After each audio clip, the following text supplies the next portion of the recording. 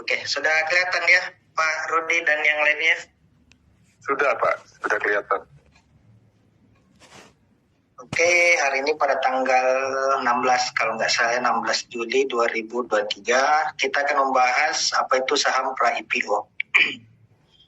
Nah, jadi apa itu saham pre-IPO atau pra-IPO? Ini pre dengan pra itu sama saja.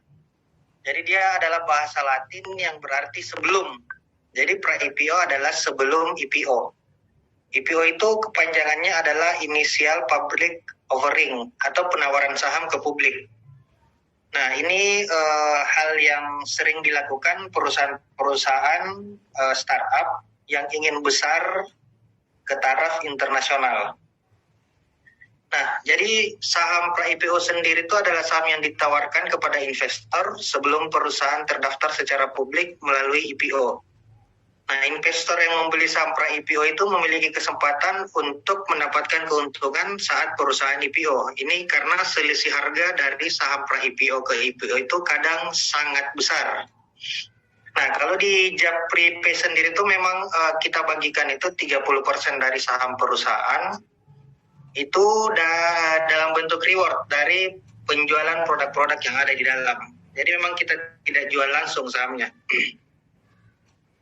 Nah, terus jadi memiliki saham pra-IPO itu sama dengan memiliki aset dari perusahaan tersebut. Nah, di sini saya akan memberikan beberapa contoh startup yang menjadi dekakorn di dunia. Dekakorn itu dari perusahaan yang awalnya kecil menjadi super raksasa. Nah, ini dimulai dari Facebook yang pertama karena ini salah satu yang terbesar di dunia. Facebook itu dimulai dari 2006, dia baru lahir di 2006. Dan saat ini harganya sudah $308,87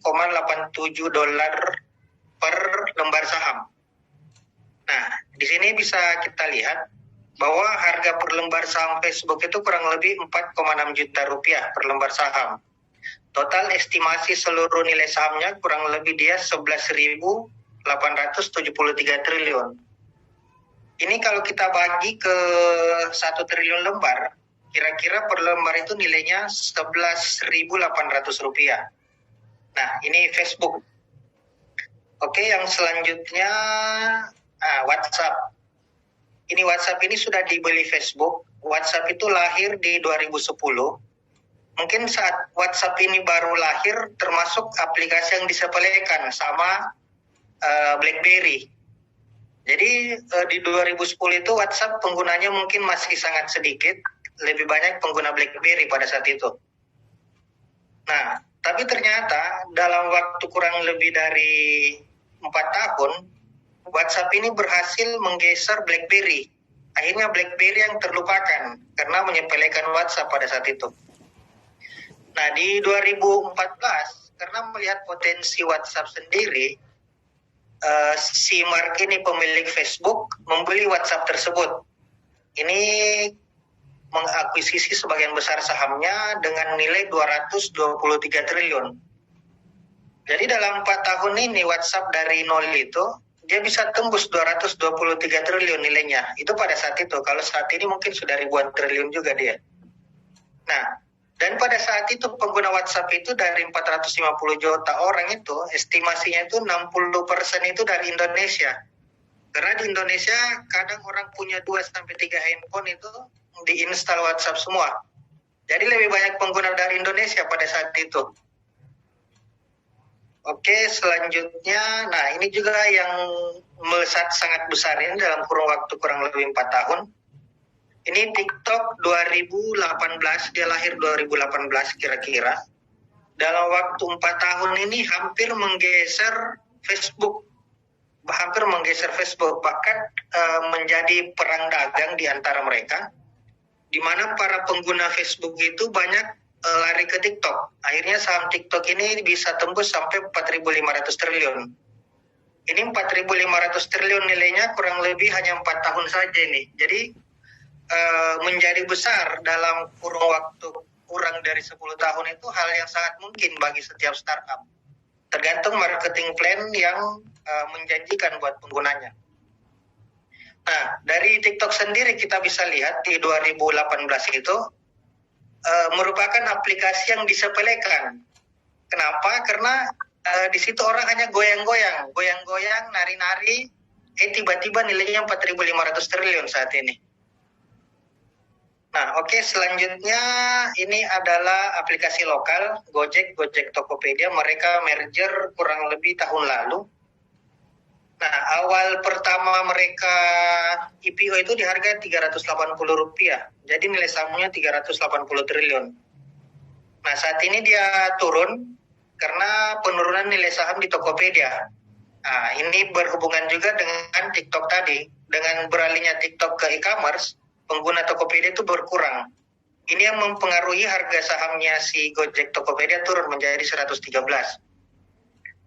Nah, jadi kalau kita estimasi 1 triliun lembar dari harga 113 ini nilainya 113 triliun. Kalau dikapitalisasi pasarnya ini bisa kita cek 133 triliun. Berarti kurang lebih sekitar 1,2 triliun lembar saham dia yang dipasarkan di IDX.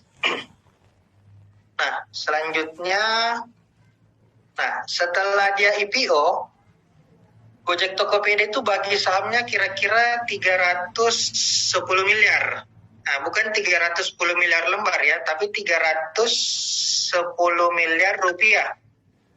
Nah, kurang lebih kalau dibagi dengan nilai saham saat ini, sekitar 0,27% saja ini yang dibagikan ke drivernya, yang pada saat itu menjadi tulang punggungnya dia. Bahkan sampai saat ini, driver itu menjadi tulang punggungnya si Goto ini. Nah, ini salah satu ketidakadilan yang saya lihat ya. Kenapa yang menjadi tulang punggung mereka hanya dapat 0,27% sahamnya, dibagi ke 200.000 orang kira-kira ini. Nah, itu kenapa saham Japripe itu 30% yang kita bagikan dalam bentuk reward. Karena kita mau semua orang di Japri ini memperoleh penghasilan yang maksimal, sebagaimana kata Pak Rudi tadi. Nah, ini estimasinya, data ini semua saya ambil dari Google ya. Nah, di sini driver Gojek dapat 1,5 juta rupiah. Jika dibagikan dengan 300 miliar tadi itu sekitar 200.000 orang yang dibagikan. Nah, ini jika Gojek bagi 30% sahamnya kepada 200.000 orang driver pertamanya yang jadi tulang punggung penopangnya pada saat itu, maka seharusnya 200.000 orang ini bisa dapat rumah satu orang ini. 169 juta per orang.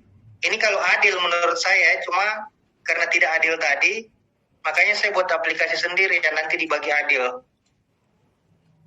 Nah, selanjutnya aplikasi OVO. Aplikasi OVO ini aplikasi pembayaran. Dia mulai debutnya di 2016 dan kurang lebih 3 tahun itu di 2019. Nilainya sudah mencapai 41 triliun dan 2021 akhir itu kalau tidak salah 90% sahamnya itu sudah diakuisisi sama Gojek dan nilainya sekarang itu kurang lebih 81 triliun si OVO ini.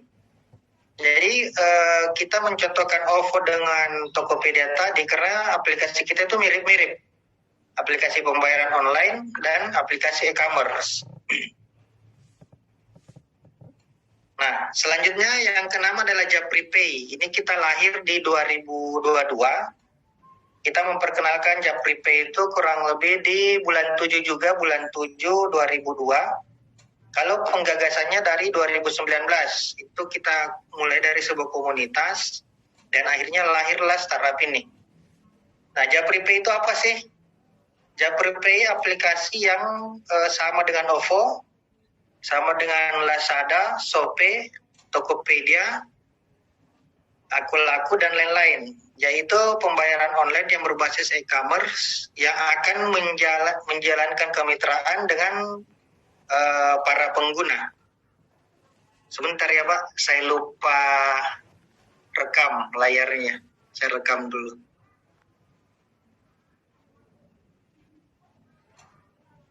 Mana fitur rekam ini? Pak Rudi bisa rekam nggak? Pak Rudi? Bentar, Oh Pak. ya, bisa. Oke, saya coba rekam ya. Ya. Itu saya request rekam, Pak. Dikonfirmasi dulu. Sudah ya? Sudah, Bapak coba lihat. Udah belum ya? Recording in progress. Oke, udah progres, oke. Sudah ya? Saya lanjut. Jadi Japripay itu apa sih? Japripay merupakan aplikasi yang mirip dengan OVO, pembayaran online, Lazada, Shopee, Tokopedia, Blibli, Akulaku, dan lain-lain, yang merupakan pembayaran online atau e-commerce yang akan menjalin kemitraan dengan Anda atau semua pengguna. Nah, jadi di sini ini kita akan jalin kemitraan. Kita sama-sama akan bekerja sama, membesarkan Japripay dan akan memperoleh hasil yang adil, tergantung seberapa besar usaha kita masing-masing. Nah, jadi semua sama-sama toko online yang memajang produk barang yang dijual pada katalog produk. Lalu apa bedanya Japripay dengan toko online lain? Nah, kalau toko online lain itu kita install aplikasinya hanya cuma jadi konsumen saja atau sebagai pembeli saja. Kita tidak bisa ikut jualin barang-barang yang ada di toko online itu. Nah, di Japripay ini beda. Semua barang-barang yang kelak ada jutaan jumlahnya itu boleh kita jualin atau kita tawarkan ke orang lain hanya dengan share link aplikasi. Bahkan bisa kita re-upload produk tersebut, lalu kita buatkan harga yang lebih tinggi dan marketing plan tersendiri untuk pembagian bonusnya. Nanti kita bahas selanjutnya. Nah, cara memasarkannya seperti apa? Bisa lewat IG, FB, Telegram, WhatsApp, atau medsos lainnya. Itu bebas.